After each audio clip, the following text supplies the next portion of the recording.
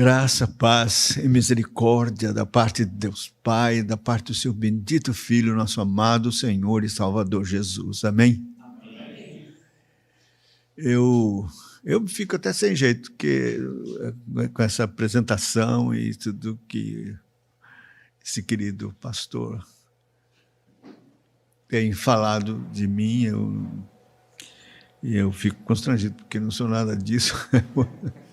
E eu mesmo disse para ele, olha, eu tenho assistido às pregações e lido as devocionais, e pensando o que eu vou falar lá, porque tem sido uma bênção tão grande, a igreja instruída, sei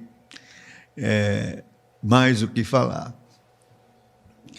Deus tem abençoado os irmãos com esse servo do Senhor tão fiel. Eu louvo a Deus pela sua vida e como velho já decrépito, declinando, eu fico tão consolado de ver que Deus tem levantado jovens assim, tão fiéis, amando a Cristo, amando a palavra, e que tem esperança, né, para a igreja do Senhor. Ele é assim, é Deus quem cuida da igreja.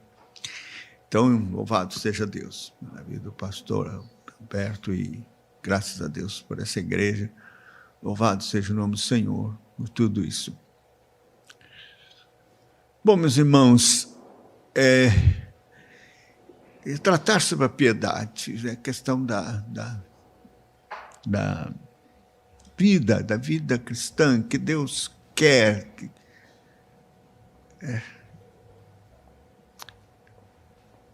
é algo essencial, fundamental.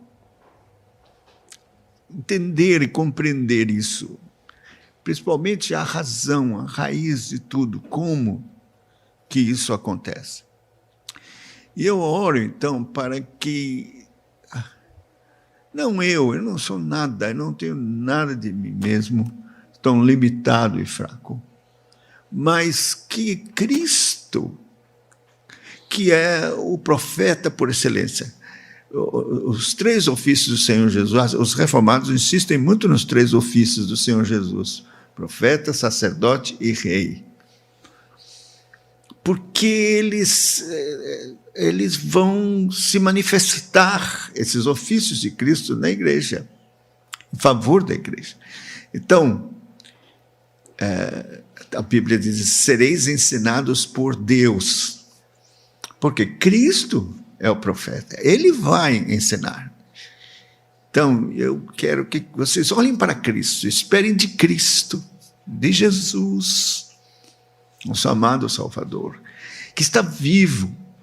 É Ele quem governa a igreja, é Ele quem pastoreia a igreja, e Ele quem ensina a igreja. Então, Ele está aqui, e Ele vai fazer isso. Toda glória seja para Ele, toda glória, não homem algum, Cristo, Cristo, Cristo.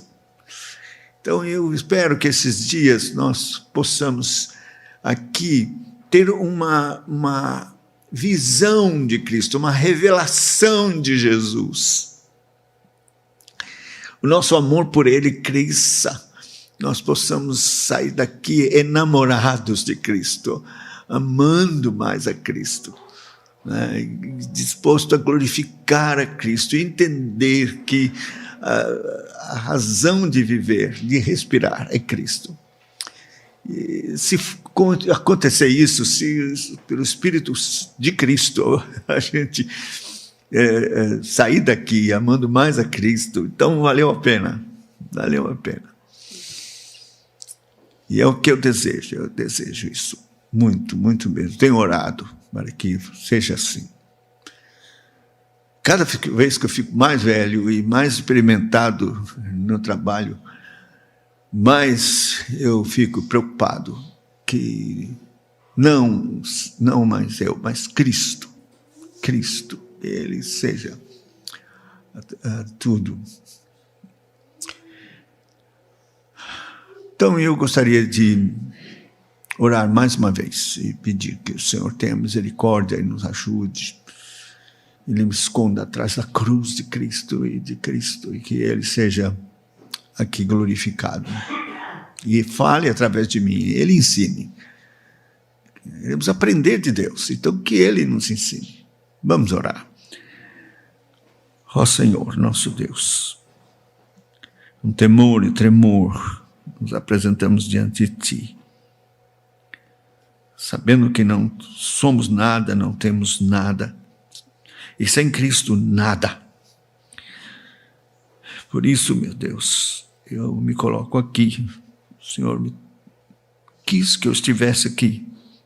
Tu me trouxeste. E, ó Deus, o tempo é tão curto,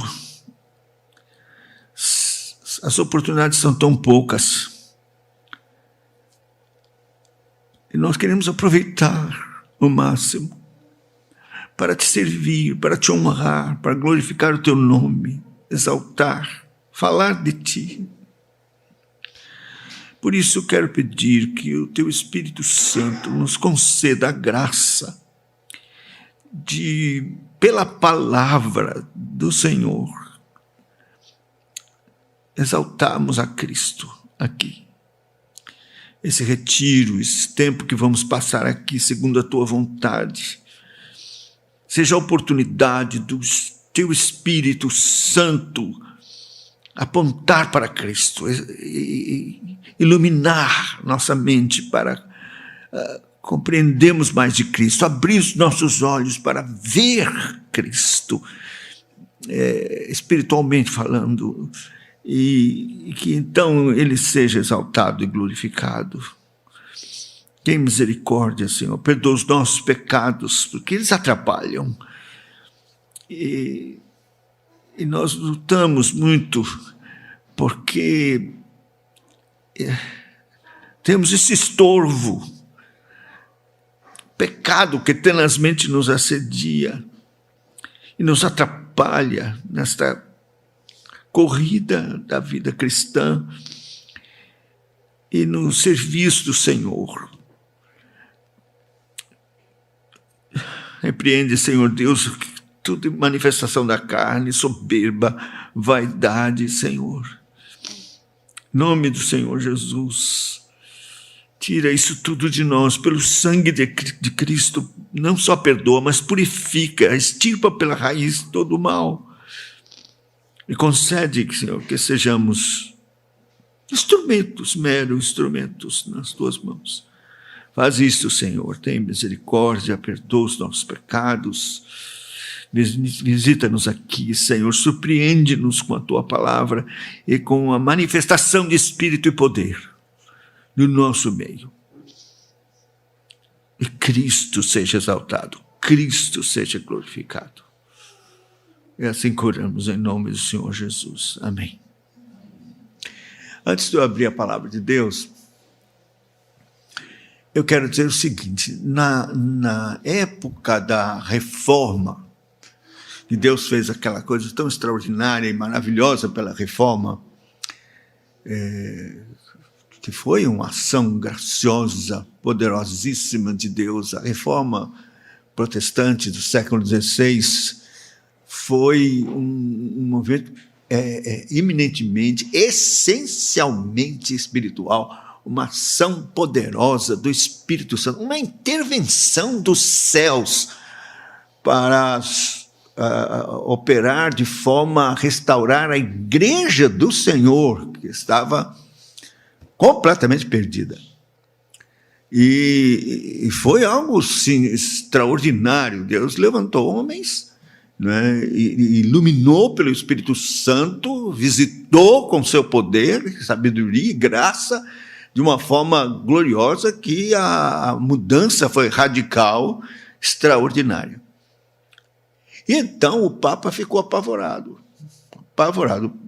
Leão X ficou apavorado. O crescimento do movimento protestante, né, e como um rastilho de pólvora incendiou a Europa toda. Foi algo assim extraordinário, um amor pela palavra, o interesse pela palavra. Cristo sendo pregado, e uma coisa extraordinária. Então, o Papa, ele decidiu o seguinte, que se escolhesse um teólogo, filósofo da melhor estirpe, mais afamado, melhor, para contrapor esse movimento, que se levantasse para defender as doutrinas, os dogmas católicos contra esse movimento. Então foi escolhido um homem chamado Erasmo de Roterdã. Erasmo de Roterdã era um teólogo respeitadíssimo, filósofo, humanista.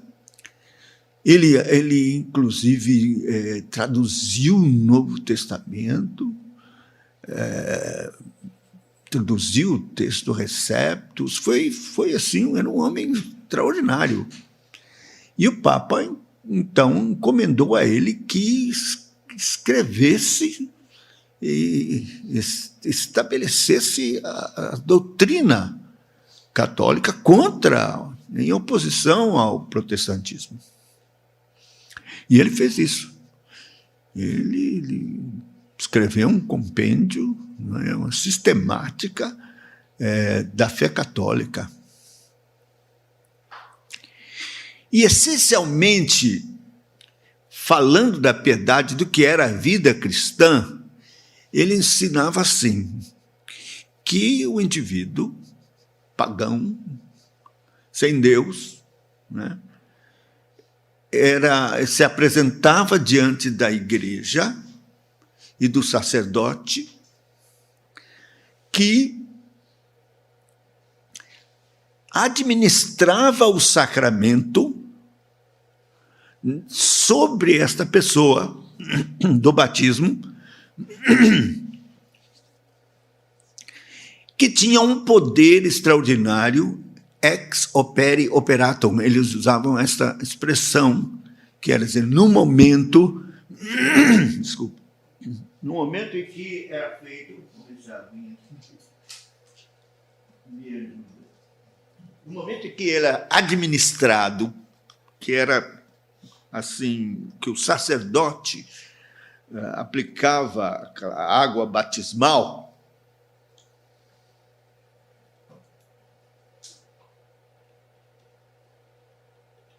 é isso que é ex opere operatum. No momento, a graça era infundida no coração desse pagão pecador.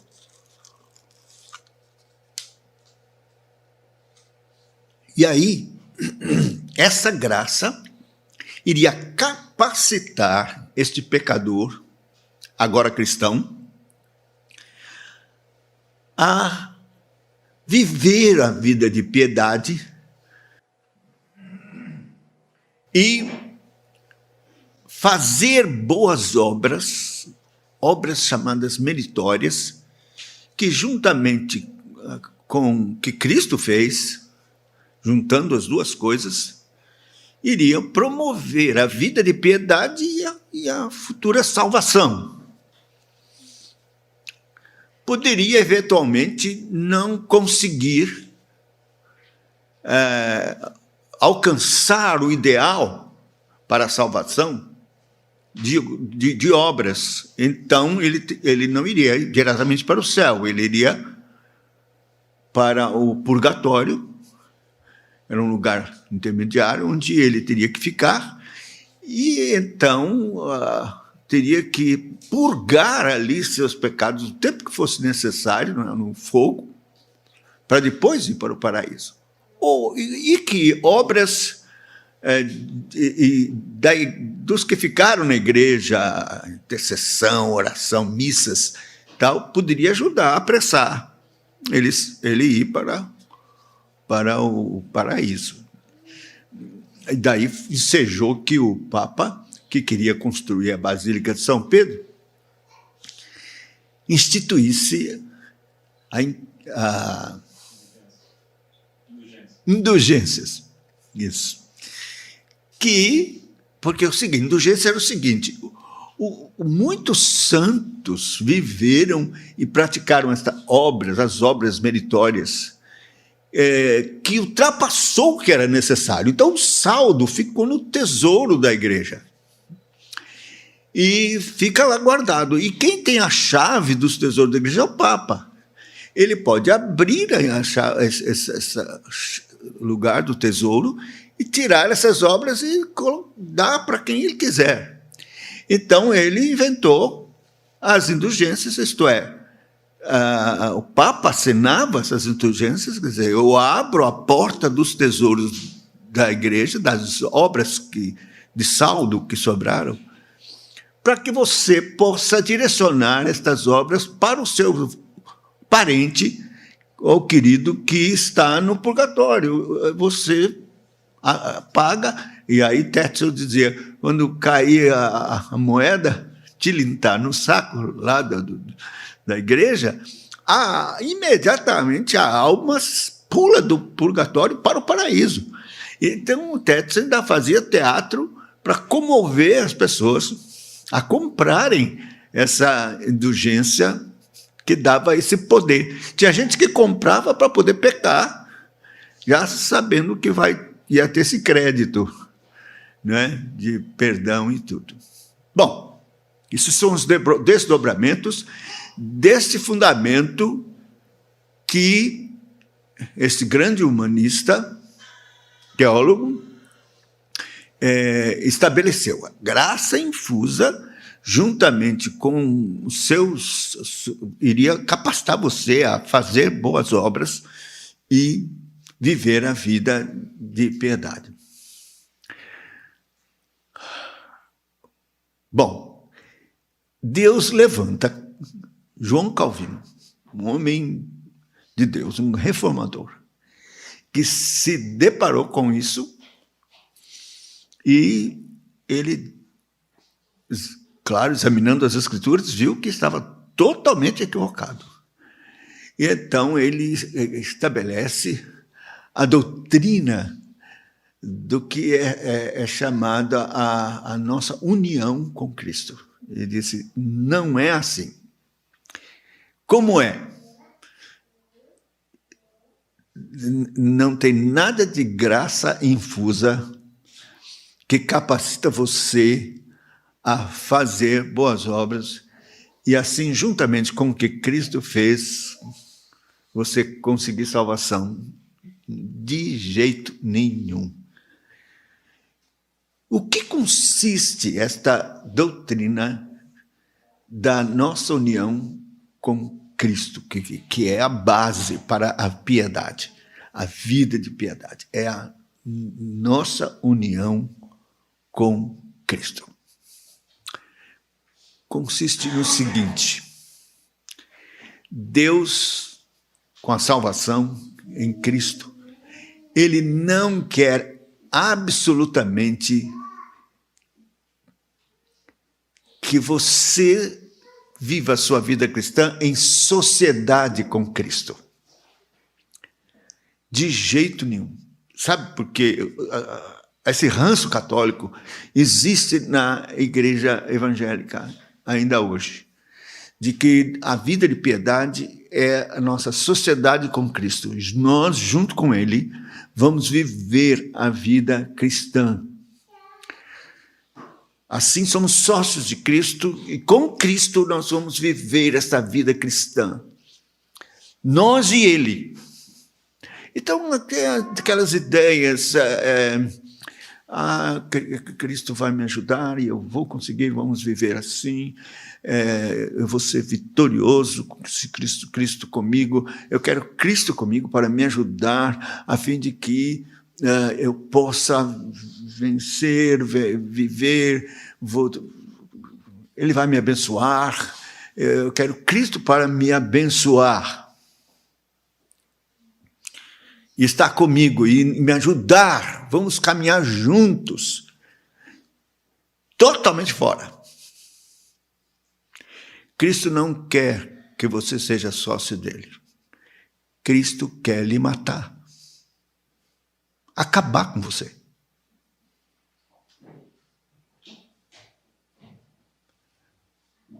Não existe vida cristã com você vivo. Não existe.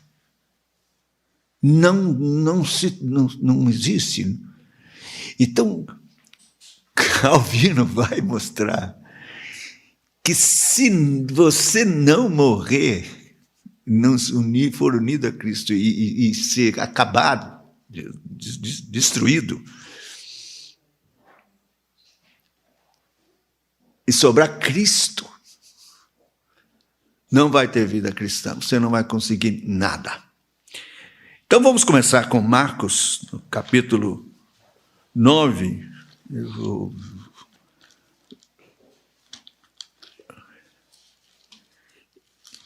Se a gente compreender esta base,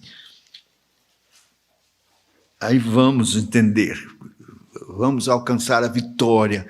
Muitos crentes não estão alcançando vitória, porque não entenderam a proposta do Evangelho. 9, começando Marcos 9, começando no verso de número 23. Olha aqui que está escrito.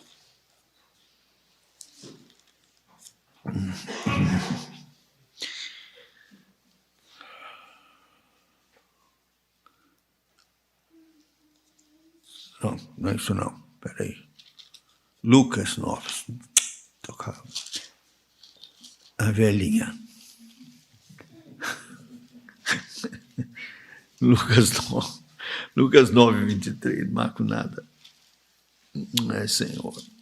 Me ajuda a gente. Dizia a todos: se alguém quer vir após mim, negue-se dia a dia, tome a sua cruz e siga-me. Pois quem quiser salvar a sua vida, perdê-la-á. Quem perder a vida por minha causa, esse a salvará. Que aproveita o homem ganhar o mundo inteiro, se vier a perder-se ou a causar dano a si mesmo? Qualquer que de mim e das minhas palavras se envergonhar, dele se envergonhará o Filho do Homem, quando vier na sua glória, na glória do Pai e dos seus santos anjos. Aí, veja, se alguém quer vir após mim, negue-se a si mesmo, dia a dia tome a sua cruz. Eu sei que muita gente, quando pensa nesse versículo, pensa, tomar a cruz é que a vida cristã tem sofrimentos. Minha cruz é meu marido que não é crente, minha cruz é um filho que eu tenho doente, excepcional, minha cruz é problemas. Temos que carregar a cruz. Sim, cruz, de fato, é sofrimento. Mas aqui o contexto não é de sofrimento, o contexto é de morte. Veja, ele diz, pois quem quiser salvar sua vida, perdê-la-á, é perder a vida. Tomar a cruz é perder a vida, é morrer. É morrer. Então, Jesus está dizendo que não há como segui-lo sem negar-se a si mesmo e morrer, perder a vida. Mas a igreja cristã não entendeu isso. Aliás, não quer saber disso, porque morrer dói. É duro morrer. Nós não queremos morrer. Então as pessoas querem seguir a Cristo com os seus planos, seus projetos, seus ideais, e quer a ajuda dele, quer caminhar com ele, mas não quer morrer. Mas Jesus está mostrando, se alguém quiser vir após mim, quer dizer, a proposta de vida cristã só é possível através da morte. Não existe outra proposta. Deus não aceita outra coisa, porque não é possível. Não tem nada de graça infusa para capacitar você e Cristo seguirem juntos. Nada disso.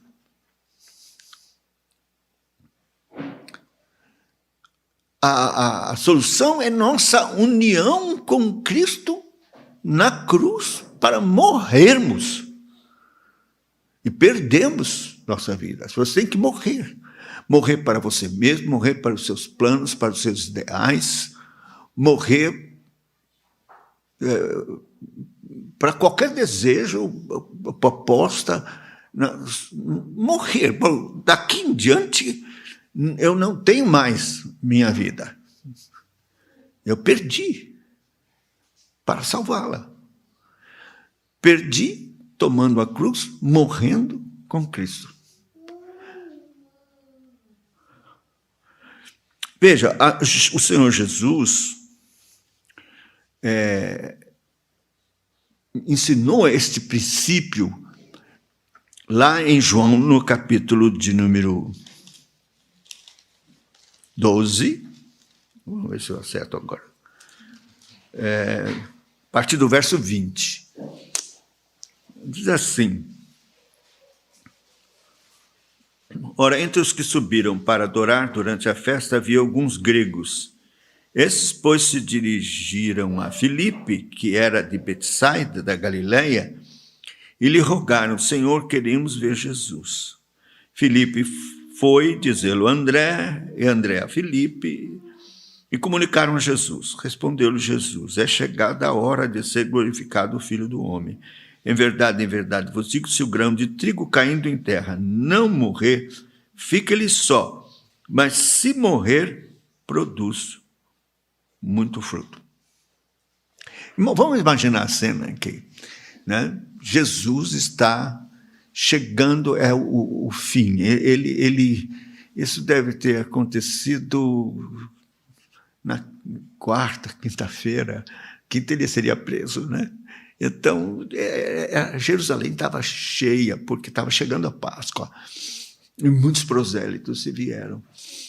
Então, um grupo de gregos prosélitos veio para adorar, para participar da festa. E aí, aqui o texto diz que eles procuraram porque queriam conversar com Jesus. Aí Jesus, eles chamam Filipe. Filipe disseram: moço, nós queríamos falar com o mestre, com Jesus. Você aí parece ser um discípulo dele. Vê aí como a gente pode encontrá-lo. Aí Filipe disse: mestre, está ali falando ali, está ocupado. Chamou André e disse: André, o que a gente faz? Esse grupo de grego quer ver o Senhor. Aí eles vão lá falar com o mestre. O que ele vai dizer? Aí chegaram para o Senhor e disse: olha, tem um grupo de grego que quer falar com o Senhor. Aí Jesus dá uma resposta estranhíssima, né? Jesus disse assim: é chegada a hora de ser glorificado o Filho do Homem. Em verdade, vos digo, se o grão de trigo caindo em terra não morrer, fica ele só. Mas se morrer, dá muito fruto. Eu não sei, mas eu acho que Filipe olhou para André para Filipe. Que é isso? Aí imagina eles voltando lá para os gregos, dizendo: olha, o mestre diz assim: é chegada a hora do Filho do Homem ser glorificado, se o grão de terra caindo. Os gregos também não entenderam nada. Mas então, por que Jesus disse isso? Então, os estudiosos da palavra de Deus ensinam o seguinte: estes gregos prosélitos moravam na Grécia, vieram para adorar, e quando chegaram, eles ouviram na boca pequena do povo: está aí um mestre maravilhoso chamado Jesus, que fala com autoridade, não fala como os escribas e fariseus, mas com autoridade. E não só, mas realiza sinais, prodígios, cura cegos, aleijados, expulsa demônios e ressuscita mortos. Tem um tal de Lázaro que está aí, está no meio do povo aí, ressuscitadinho. Mas as autoridades não aceitam de jeito nenhum e já estão planejando tirar-lhe a vida, matá-lo. Então os gregos pensaram: bom, vamos falar com ele e fazer uma proposta para ele vir conosco para a Grécia, ser nosso rabino. Nós vamos dar tudo para ele e vamos livrá-lo da morte. E era essa a proposta. Agora a gente entende a resposta. Jesus sabia, não precisava falar com grego nenhum, Jesus sabia qual era a proposta deles. E disse: é chegada a hora de ser glorificado o Filho do Homem. Em verdade vos digo, se o grão de trigo caindo na terra não morrer, fica ali só, mas se morrer, produz muito fruto. Tenho que morrer, para que muitos morram. Morram e produzam fruto. O fruto é a vida que Deus tem, cristã, maravilhosa, de piedade, de santidade. Vida nova, que nasce da morte. Então, era necessário, isto é um princípio. Como podemos imaginar viver qualquer tipo de vida cristã sem esse princípio? Sem morte? Não dá. E está assim de crente e a igreja tentando viver uma vida cristã sem morte. Nunca morreram. Estão vivinhos da Silva. Na igreja, tentando viver vida cristã com Cristo. Não existe. E foi isso aí que de fato o apóstolo Paulo entendeu. Se você abrir Romanos capítulo 6, você vai ver a explicação. Na verdade, esse capítulo 6 é um mecanismo, é a explicação do que é novo nascimento. Qual a base do novo nascimento? É Romanos 6. Aqui está a explicação de como o Espírito Santo opera este novo nascimento. E como é que ele não nos mata? Está aqui, Romanos 6. Que diremos, pois? Permaneceremos no pecado para que seja graça mais abundante? De modo nenhum. Como viveremos ainda no pecado, nós os que para ele morremos? Ou porventura ignorais que todos nós que fomos batizados em Cristo Jesus, fomos batizados na sua morte? Fomos, pois, sepultados com ele na morte pelo batismo, para que, como Cristo foi ressuscitado dentre os mortos pela glória do Pai, assim também andemos nós em novidade de vida. Porque se formos unidos com ele na semelhança da sua morte, certamente o seremos também na semelhança da sua ressurreição. Sabendo isto, que foi Cristo crucificado com ele, sabendo isso, que foi crucificado com ele o nosso velho homem, para que o corpo do pecado seja destruído e não sirvamos o pecado como escravos. Porquanto quem morreu está justificado do pecado. Ora, se já morremos com Cristo, cremos que também com ele viveremos. Sabedores de que, havendo Cristo ressuscitado dentre os mortos, já não morre, a morte já não tem domínio sobre ele, pois quanto a ter morrido de uma vez, para sempre morreu para o pecado, mas quanto a viver, vive para Deus. Assim também vós, considerai-vos mortos para o pecado, mas vivos para Deus, em Cristo Jesus. Não reine, portanto, o pecado em vosso corpo mortal, de maneira que obedeçais às suas paixões. Nem ofereçais cada um os membros do seu corpo ao pecado, como instrumentos de iniquidade, mas oferecei-vos a Deus como ressurretos entre os mortos, e os vossos membros a Deus como instrumento de justiça. Porque o pecado não terá domínio sobre vós, pois não estáis debaixo da lei, sim da graça. Está vendo? Aqui está o mecanismo. E não é exterior. Por exemplo, os irmãos batistas entendem assim, bom, o batismo tem que ser, a pessoa morre, aí ressuscita.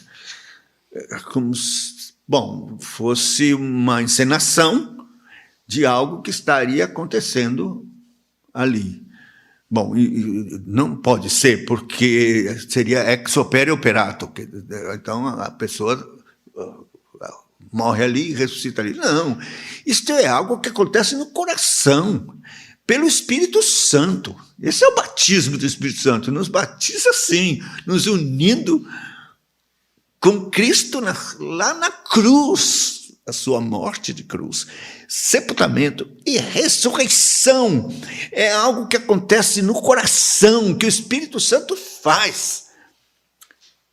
Então, quando você é batizado, você está fazendo na verdade, uma confirmação de algo que já teria acontecido no seu coração pelo Espírito Santo. É por isso que nós entendemos que o batismo fala da nossa união com Cristo. Você foi unido a Cristo na sua morte e na sua ressurreição. E isso aconteceu no coração. Tem que ter acontecido no seu coração, pelo Espírito Santo. E aí, então, você não é algo místico, é algo compreensível. Você compreende, então, entende que está morto. Você não vive mais para você. O que está escrito em Gálatas, no capítulo 2, o apóstolo Paulo nos dá a entender isso. A partir do verso 18, diz assim, Gálatas, até o verso de número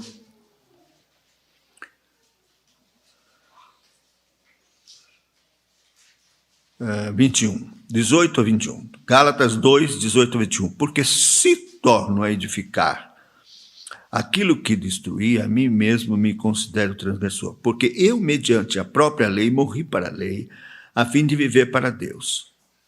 Estou crucificado com Cristo. Logo, já não sou eu quem vive, mas Cristo vive em mim. E esse viver que agora tenho na carne, vivo pela fé no Filho de Deus, que me amou e a si mesmo se entregou por mim. Não anulou a graça de Deus, pois se a justiça é mediante a lei, segue-se que Cristo morreu em vão. Veja, estou crucificado com Cristo. Esta é a frase importante aqui. Morri, crucificado com Cristo. O Espírito Santo me levou ao Calvário e me uniu a Cristo na sua morte. Vida cristã começa assim, morrendo com Cristo na cruz. Sepultado com Ele e ressuscitado com Ele. Já não sou mais eu quem vivo, mas Cristo vive em mim. Já não sou eu quem vive, mas Cristo vive em mim. Então não tem sociedade não. Você morre e agora Cristo vive em você ou não. Ou você não morreu e você está vivo da Silva e Cristo fora. E você jamais vai ter vida cristã vitoriosa, de piedade, que de fato agrada a Deus, e que é a vida que Deus tem preparada, se você não entendeu, não compreendeu, que tem que abrir mão da sua vida, fazer uma entrega total e considerar-se morto, como diz o apóstolo Paulo lá, que nós lemos em Romanos 6, no verso 11. Considerai-vos, pois, mortos. Isso é pela fé, esse considerar-se. Compreender isso. E olha, isso é feito pelo Espírito Santo. É o Espírito Santo quem abre o seu entendimento, coloca isso na sua mente e você compreendi, entendi. E entende que a partir daí você não respira mais para você. Todos os seus planos, projetos, desejos que você tem, você vai colocar aos pés de Cristo. E vai dizer, a vontade dele, faço. Não é, não faço. Vai glorificá-lo? Faço. Não vai? Não faço. Não tem mais jeito de eu dar um passo na minha vida se não for por Cristo, para a glória de Cristo, em Cristo somente. Que eu não tenho mais vida, perdi. Agora Cristo. Cristo.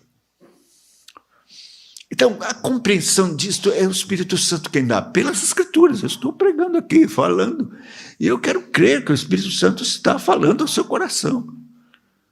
Você tem que sair daqui, se ainda não entendeu isso, compreendendo isso. Eu vejo, por exemplo, jovens, muitos jovens. O que eu vou fazer? Que profissão que eu vou seguir? Aí, hoje, todo mundo faz um teste de mercado. O que é que vai dar mais dinheiro? O que é que vai... Né?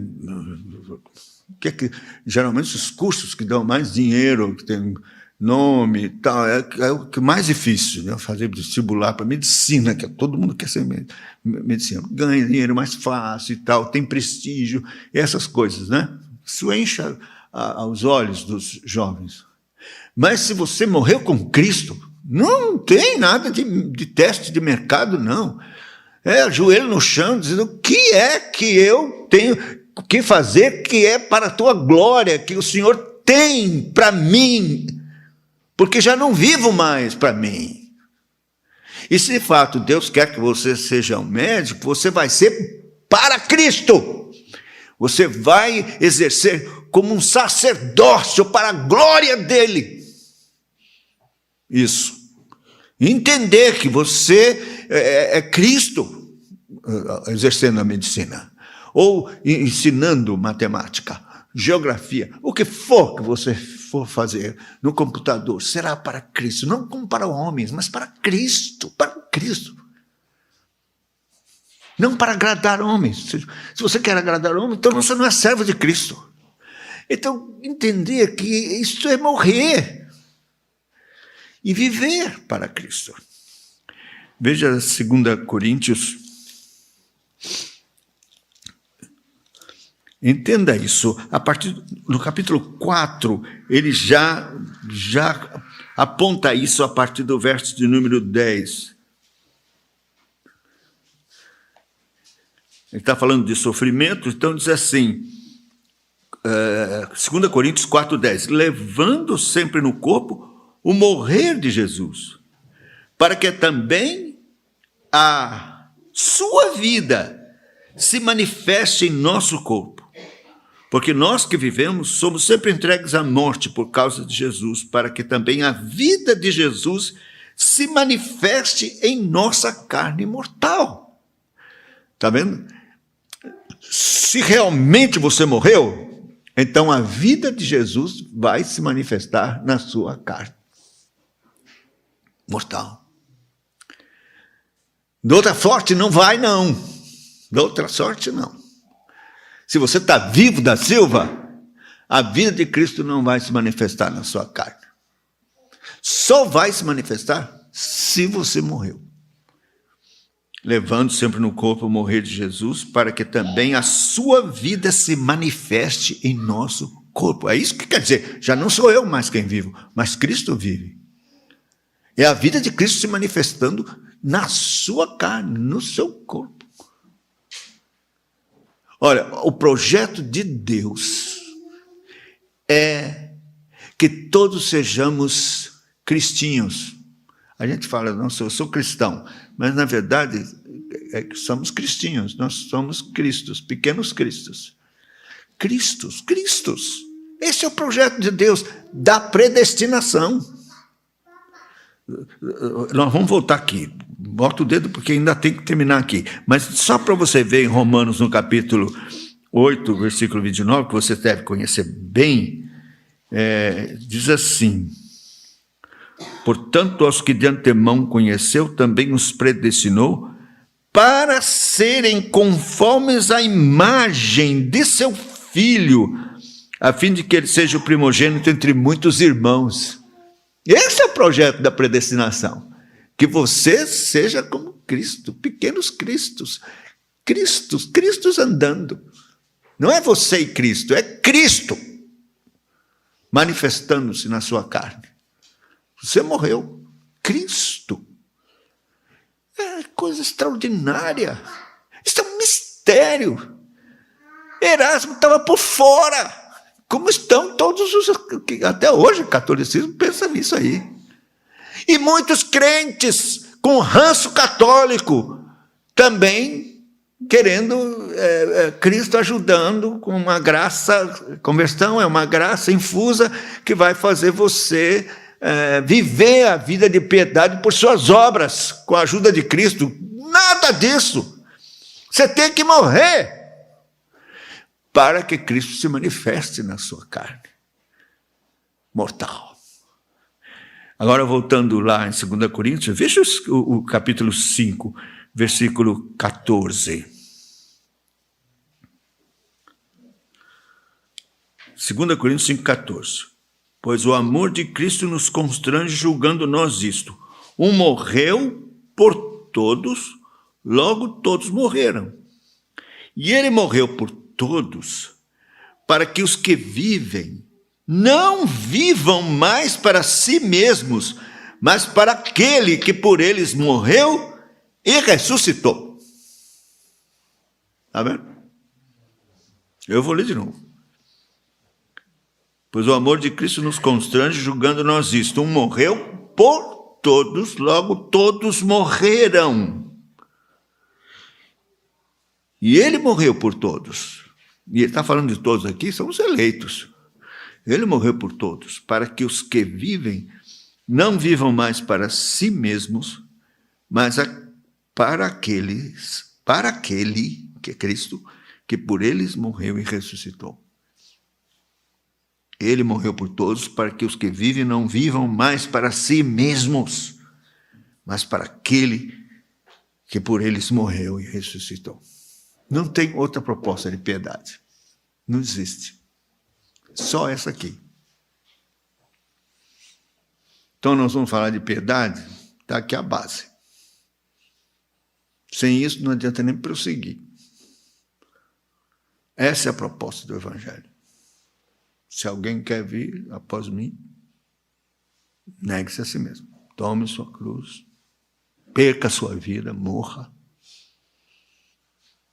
E você vai achar a vida de piedade, a vida verdadeira, a vida vitoriosa em Cristo Jesus.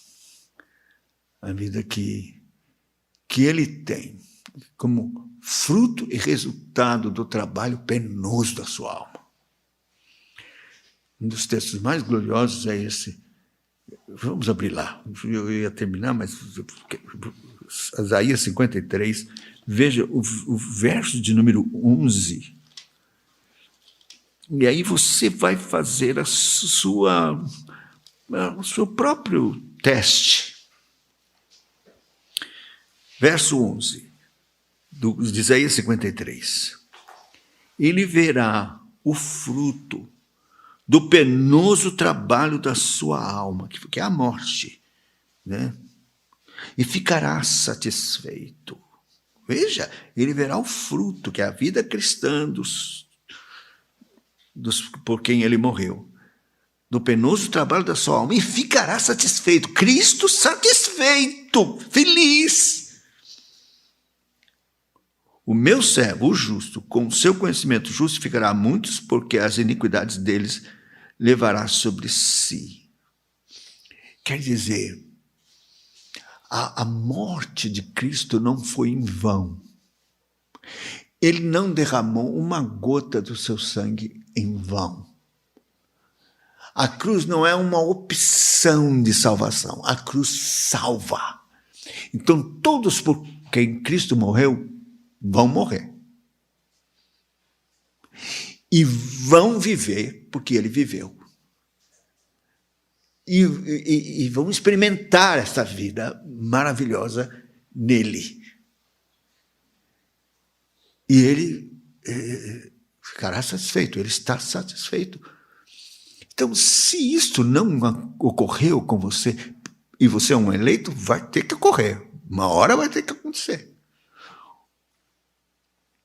Porque Cristo não vai ficar insatisfeito. Eu morri por ele, mas não adiantou nada. Não. Ele vai ficar satisfeito. Então, eu espero, pelo Espírito Santo, que, de fato, isso aconteça na sua experiência, para que você possa ter a vida de piedade que Ele tem para você. É uma vida gloriosa, vitoriosa. Vitoriosa. Deus não quer essa vidinha espiritual, sobe e desce, levanta e cai, se arrastando espiritualmente. O diabo levando você na coleira e vida de prática de pecados. Não, de forma alguma. A morte de Cristo não foi para esse tipo de vida. A morte dele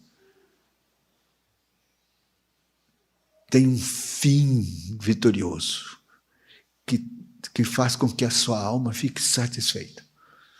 Você morrendo para você mesmo e vivendo por Cristo, para a glória dele. Não é sem pecado, porque nós lutamos com nossa carne até o final, mas vitoriosos. Nunca mais o pecado terá domínio sobre vós. Não está debaixo da lei, mas da graça. Que o Senhor nos abençoe. Vamos orar. Senhor Deus, nós queremos uma vida de piedade vitoriosa e santa, que de fato dignifique, honre e glorifique o teu nome e a obra que fizeste por nós na cruz. Senhor, não queremos desonrar o Senhor. Não queremos ouvir aquela palavra: homens, até quando tornareis minha glória em vexame, amareis a vaidade, buscareis a mentira. Também que Deus extingue para si o que é para ele piedoso. Não queremos ouvir aquela palavra que diz: por vossa causa o meu nome é blasfemado entre os gentios. Não queremos ouvir isso. Não, Senhor, queremos viver a vida vitoriosa de piedade santa. E então, ensina-nos, Senhor Deus, este caminho. Ajuda-nos a compreender e considerar-nos mortos, porque já morremos. Isto é um fato já consumado na cruz e na ressurreição. E queremos que o teu Espírito opere no nosso coração, de modo que pela fé venhamos a experimentar esta bênção, de modo que venhamos a viver não mais para nós mesmos, mas para aquele que por nós morreu e ressuscitou. Para Cristo, somente para Cristo e para a sua glória. Faz isto, Senhor, tem piedade de nós, esta é uma obra do Senhor, mas nós queremos exercer esta fé e nos considerar mortos. Hoje, a partir de agora, ajuda-nos, em nome de Jesus. Amém.